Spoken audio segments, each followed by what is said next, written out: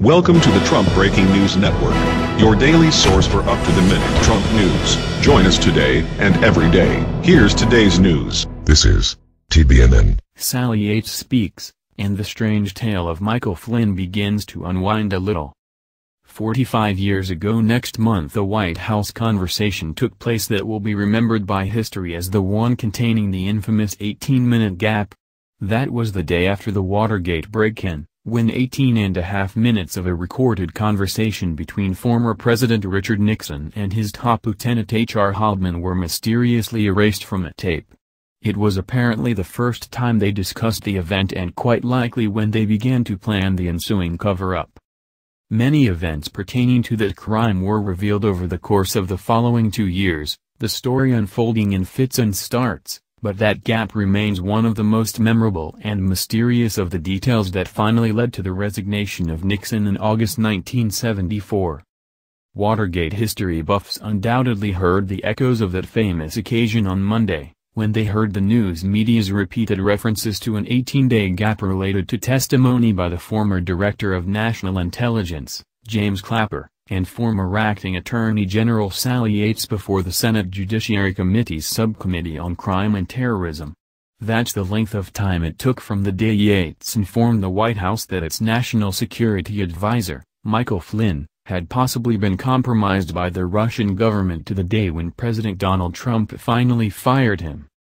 The story is pretty straightforward. Yates met with White House counsel Dongan on January 26 and 27 and had one follow-up phone call to inform the administration of the Department of Justice's concerns about Flynn. The Washington Post reported in February that Dongan then immediately briefed Trump on the matter. Nonetheless, Flynn participated in an hour-long phone call with Russia's President Vladimir Putin on January 28, for which the official readout was brief and uninformative. Yates was fired 2 days later, on January 30, ostensibly for her statement that she did not intend to enforce Trump's hastily thrown-together travel ban.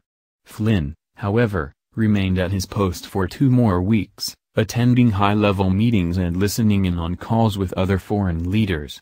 He was only let go after the Washington Post published a story that Flynn had discussed sanctions with the Russian ambassador during the transition period before Trump assumed office and allowed Vice President Pence to lie to the American people about it.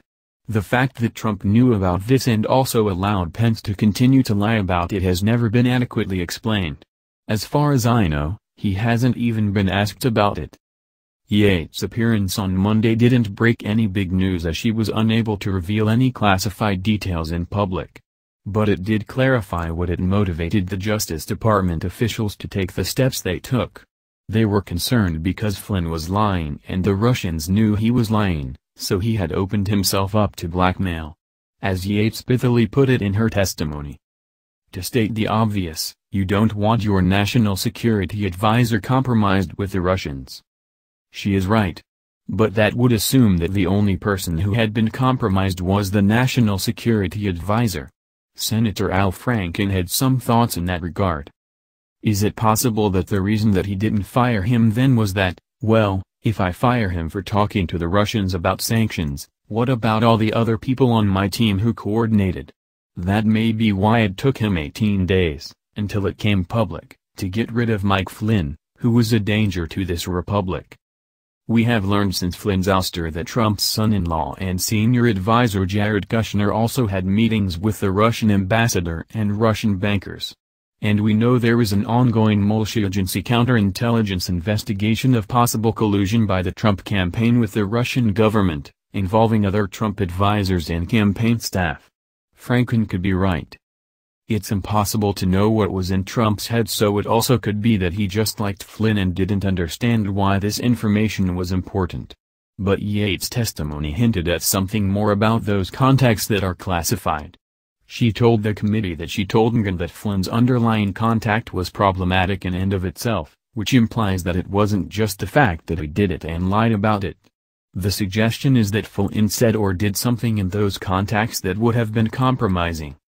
In Trump's overwrought February 16 press conference, when he announced the firing of Flynn, the president said, "When I looked at the information, I said, I don't think he did anything wrong. If anything, he did something right. He went on to explain that it was Flynn's giving incorrect information to Pence that was the problem. Clearly, Trump saw no problem with Flynn's underlying contact, which would seem to be relevant to the larger investigation about possible coordination. The Republicans on the committee behaved like the worst partisan hacks, for the most part refusing to even address the subject of the hearing and instead grilling Yates on the Muslim ban and ranting about unmasking procedures and leaks to the press, obviously following the White House line. Senator Ted Cruz even asked Yates about Hillary Clinton's emails. Most of the Republicans on the committee didn't even bother to stay for the whole hearing. Yates' answers about the Muslim ban were devastating to committee Republicans' cause, and the rest of the yammering about leaks sounds particularly hollow when you consider the timeline that I just outlined above. It's quite clear that if nobody had leaked the information on Flynn to the Washington Post, an obviously unbalanced and possibly compromised man would still be the president's national security advisor. Meanwhile, Trump behaved the way he normally does in tight situations. He attempted to smear Yates as the leaker in one of his notorious early morning tweets. It was later deleted, probably after someone mustered the courage to tell him that he was threatening a witness, a move he probably learned during his days in the gambling business in Atlantic City. Meanwhile, according to Axios, Trump has told his people to stop feeding negative stories about Flynn to the media.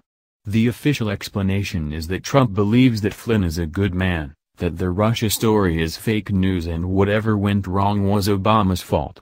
But one cannot help but wonder if Trump's lawyers might have reminded him that Flynn is shopping for an immunity deal, and treating him disrespectfully might just loosen his tongue about things the president might not want him to say. Trump probably learned about that sort of thing from certain Atlantic City business associates, too. That's the news. Join us here every day. Be sure to subscribe and click the bell. See you next time. This is TBNN.